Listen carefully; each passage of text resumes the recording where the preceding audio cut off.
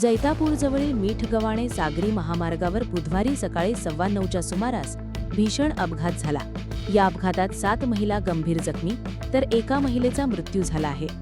मिळालेल्या माहितीनुसार वाघरण येथील महिला बागकामासाठी चांची पठाराकडे जात होत्या।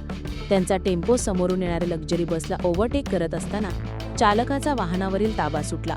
परिणामी टेम्पो तब्बल 100 ते 150 फूट रस्त्याच्या कडेला पलटी मारत फरफटत गेला। अपघाताचा जोर एवढा होता की टेम्पोतील सर्व महिला आणि एक लहान मुलगी गंभीर जखमी झाली।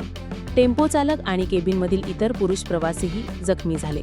स्थानिक नागरिकांनी तात्काळ घटनास्थळी धाव घेत सर्व जखमींना बाहेर काढले। सर्वांना तातडीने जैतापूर प्राथमिक आरोग्य केंद्रात दाखल करण्यात आले।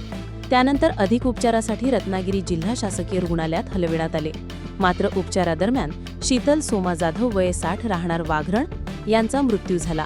या अपघातात गंभीर जखमी झालेल्यांमध्ये सविता बबन जाधव, शिल्पा शिवाजी आगरे, रंजना रविकांत राणे, संतोष आभा नाचणेकर, प्रज्ञा प्रकाश डिंगवकर आणि वंदना वसंत जाधव यांचा समावेश आहे।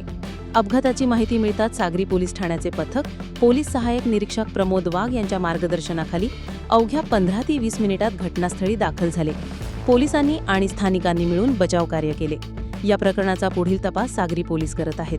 24 न्यूज रत्नागिरी राजापूर।